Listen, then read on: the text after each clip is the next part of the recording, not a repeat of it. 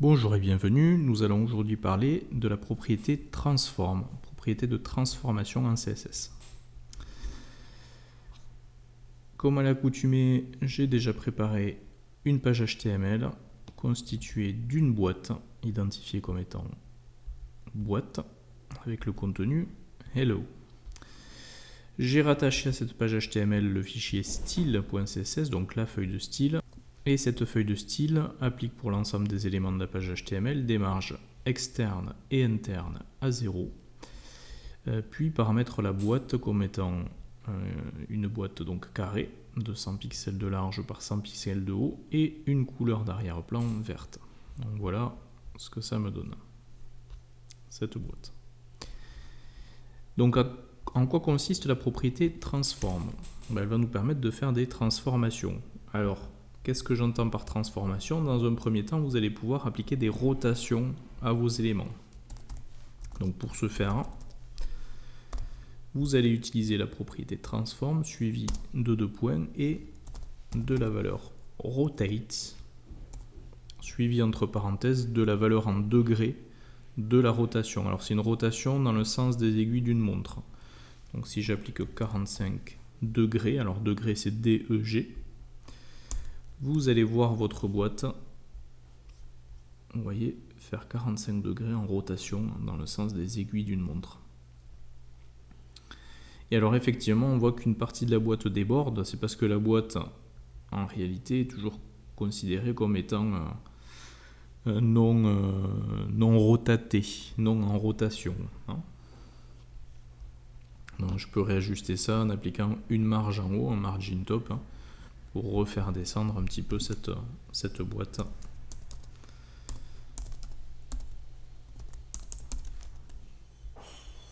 Et voilà. Donc ça c'est la première chose. La rotation en 2 dimensions. Mais vous pouvez également, à la place de rotate, utiliser rotate X pour appliquer une rotation par rapport à l'axe horizontal, mais également le rotate Y, l'axe vertical, et le rotate Z, l'axe de la profondeur. Donc si je vous fais un schéma, vous avez donc ici l'axe X, ici l'axe Y et au niveau de la profondeur l'axe Z. Donc si je fais une rotation par rapport à l'axe X, je fais une rotation par rapport à l'axe horizontal. Par rapport à l'axe Y, je fais une rotation de ce type-là. Et par rapport à l'axe Z, de ce type-là. Je vous propose de tester pour que ce soit peut-être un peu plus parlant. Donc, rotate, je vais juste remplacer rotate par rotate X de 45 degrés. Et vous voyez que la boîte apparaît comme étant ratatinée. Alors c'est parce qu'en fait elle est en rotation par rapport à cet axe-là, à cet axe X, cet axe horizontal. Mais vu que nous n'avons pas d'effet de perspective activé, on a l'impression que la boîte s'écrase. Donc ce que je vous propose moi c'est de mettre en place cet aspect perspective de manière à mieux se rendre compte de cette transformation de rotation X, Y et Z. Alors, par contre, une chose importante, pour pouvoir appliquer un effet de perspective, il faut absolument créer dans votre fichier HTML ce qu'on appelle une scène 3D. Donc ça se traduit par créer une nouvelle boîte. Alors là, je vais l'appeler scène 3D. Mais je pourrais l'appeler comme je veux en fait. Le tout c'est de respecter l'écriture, pas d'espace, pas d'accent, pas de caractères spéciaux. Et cette scène 3D, donc, elle va contenir l'ensemble des éléments que je souhaite passer en 3D entre guillemets, auxquels je souhaite appliquer la propriété transform avec notamment les rotations par rapport à X, Y et Z.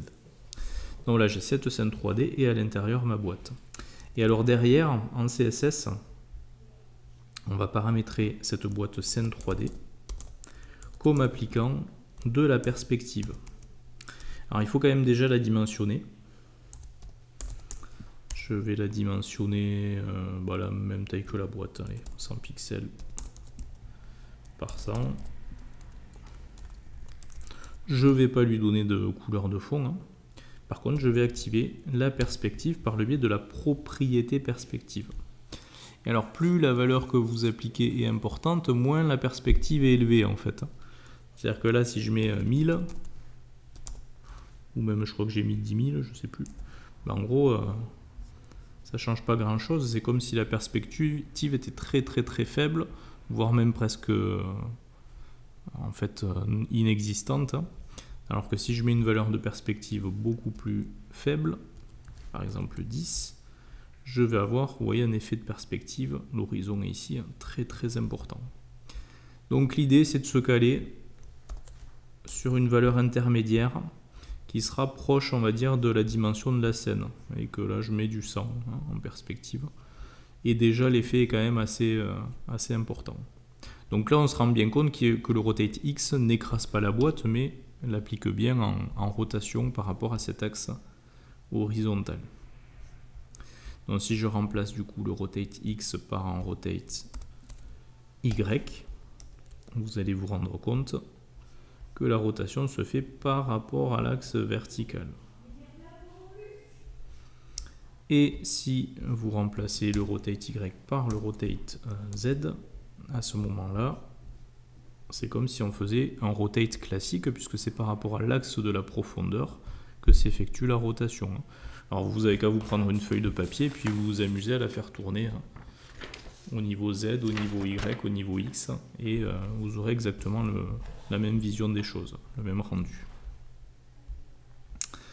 Alors sachant que vous pouvez aussi cumuler, c'est-à-dire qu'il n'y a rien qui m'empêche de dire je vais faire un rotate X de 45 degrés, un espace, et vous enchaînez avec l'autre rotation. Donc là, je fais deux rotations par rapport à l'axe X et par rapport à l'axe Z. Donc voilà ce que ça va me donner. Et je pourrais aussi faire une rotation par rapport à l'axe Y.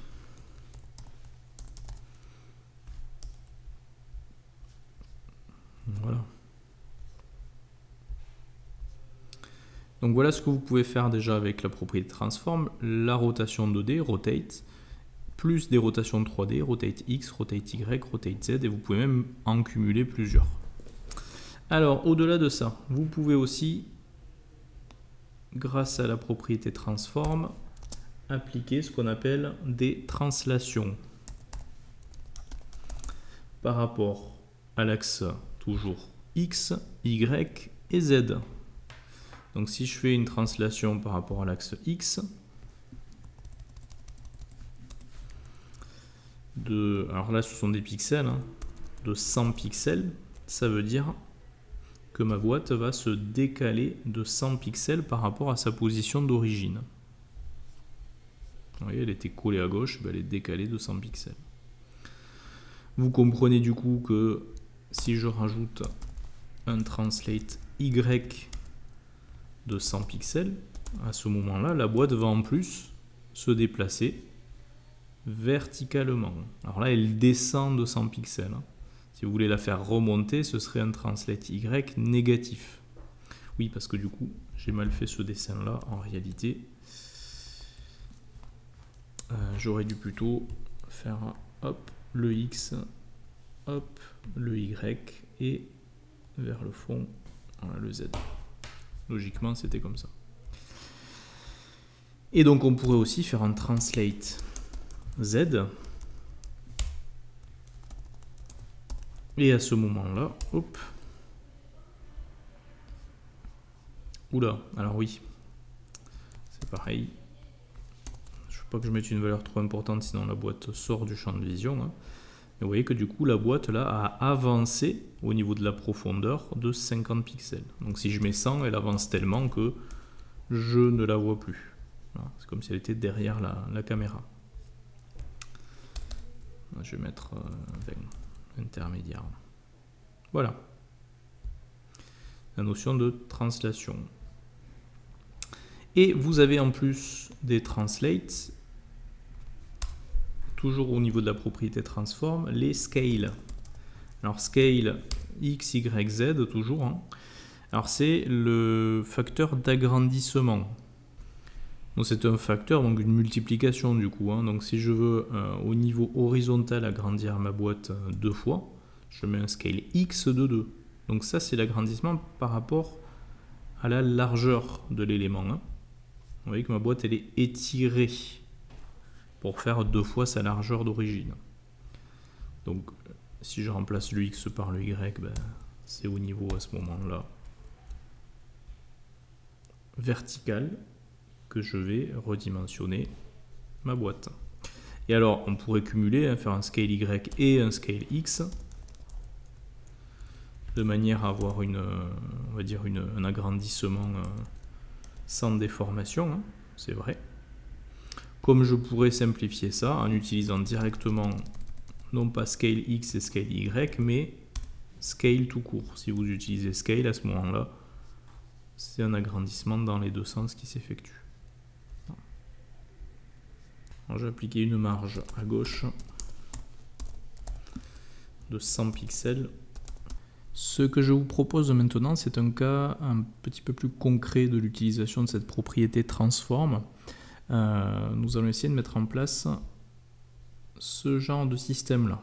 Donc une boîte, et au moment du survol, la boîte se tourne et laisse entreapercevoir donc une seconde boîte contenant du détail. Alors plus sommairement, une face avant, hop, et une face arrière.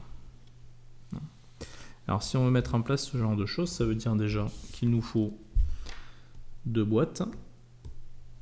Donc la boîte avant et juste derrière, tourner à 180 degrés pour lui faire dos la face arrière. Et ce qu'il faut faire, c'est mettre ces deux boîtes dans un groupe, donc dans une autre boîte, de manière à pouvoir gérer le survol sur cet ensemble, sur ce groupe. Et au moment du survol de ce groupe, donc, on fait carrément pivoter le groupe entier. Donc ça veut dire que par rapport à ce qu'on a déjà ici, donc on a notre scène 3D hein, qui ne bouge pas. Il va falloir dans notre scène 3D avoir donc la boîte groupe, je vais l'appeler groupe, et dans la boîte groupe on aura donc la sous-boîte avant,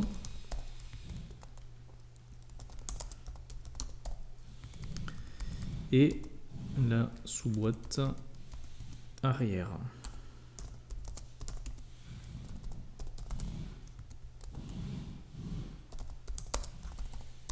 Ça c'est le début. Ensuite en CSS. Alors en CSS, donc on va dire que ceci devient la boîte groupe. Dans la boîte groupe à laquelle je vais juste fixer donc des dimensions, hein, 100 pixels de large, 200 pixels de haut. On va pas mettre de couleur particulière, pas de scale. Hop, voilà, c'est juste une boîte qui va contenir les deux autres boîtes. On aura donc la boîte avant, qui aura donc les mêmes dimensions, qui elle aura une couleur de fond. Et là on va partir sur allez,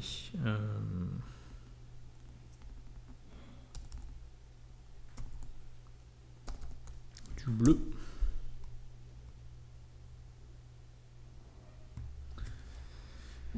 On aura ensuite la face arrière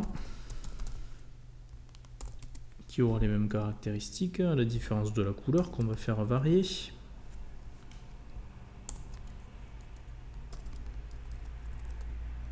On aura plus une espèce de rouge ici. Voilà.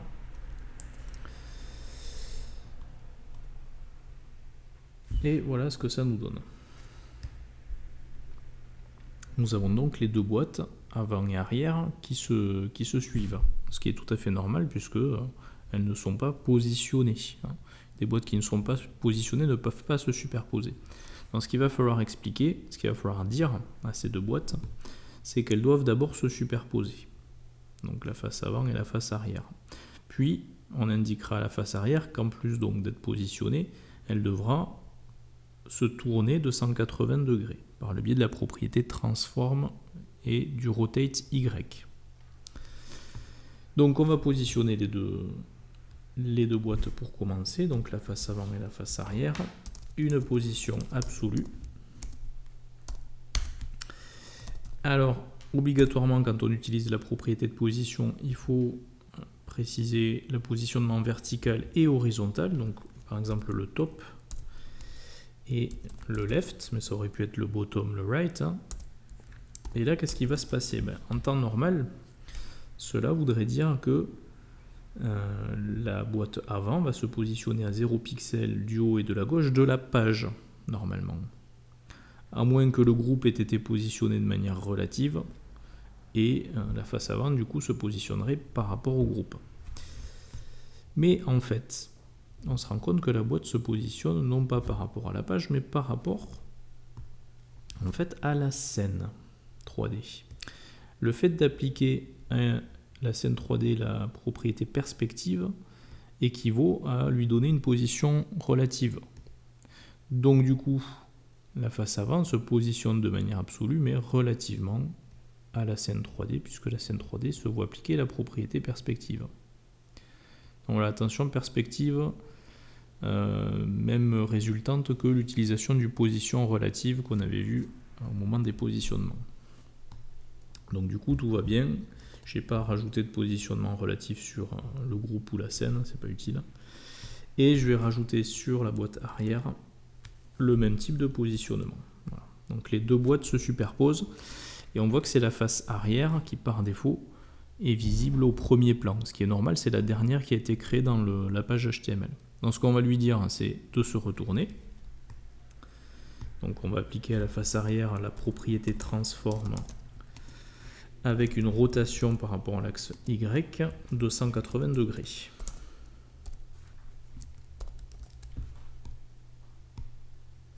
Effectivement, on se rend compte que la rotation fonctionne puisqu'on a une écriture en miroir. Mais par contre, la boîte est toujours au-dessus de la boîte avant. Donc ce qu'on va faire en plus, c'est rajouter une translation sur l'axe des profondeurs. Donc on va décaler au niveau de la profondeur cette boîte. Pas de beaucoup, hein, juste d'un pixel. Et vous voyez que ça ne fonctionne pas.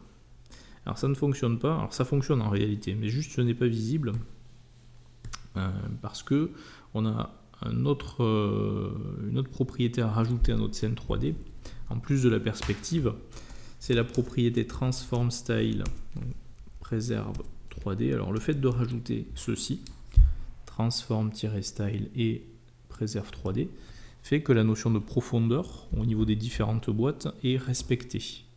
Et donc à ce moment-là, alors par contre ce n'est pas moins 1 mais 1 pixel de translation, et à ce moment-là donc on a bien la face avant qui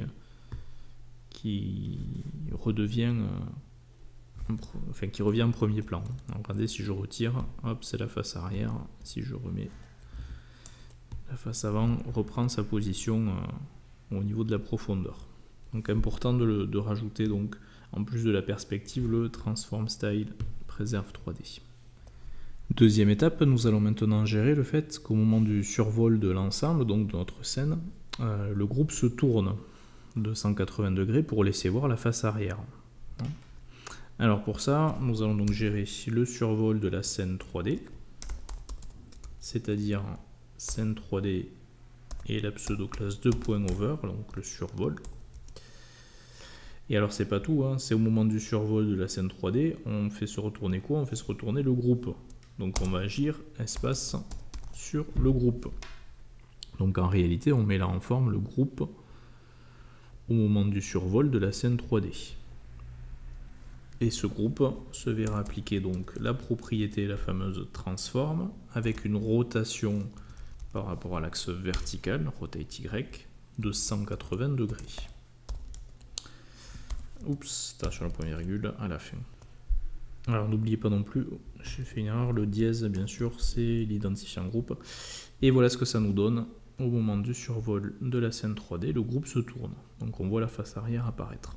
Et la face avant qui du coup se trouve non visible. Par contre on n'a pas d'effet de transition. Hein.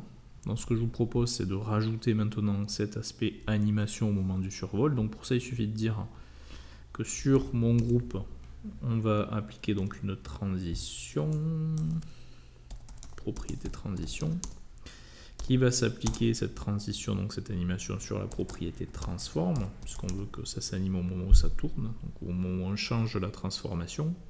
En combien de secondes? Donc 0,5 secondes pour une demi-seconde, ce qui peut se noter aussi 500 ms pour millisecondes. Est-ce que vous accélérez, décélérez, mettez un mouvement constant?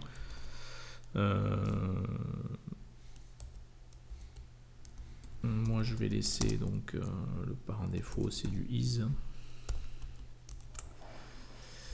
Et logiquement du coup au moment où on survole la scène 3D, le groupe se voit appliquer une transformation qui du coup va s'animer puisque la transition est appliquée sur le groupe. Et voilà ce que ça donne. Hop. Alors d'ailleurs on voit qu'il y a un petit bug. Vous voyez la phase bleue qui arrive après coup. Donc ça c'est pareil, pour éviter ce genre de problème, il faudrait appliquer à notre groupe, c'est-à-dire à l'ensemble des deux boîtes, également un préserve 3D, un transform style préserve 3D. Et vous allez voir qu'à partir du moment où je lui applique ça, à notre groupe c'est fini, on n'a plus ce bug. Voilà, tout fonctionne très bien. Donc voilà pour ce petit cours concernant les transformations. À très bientôt.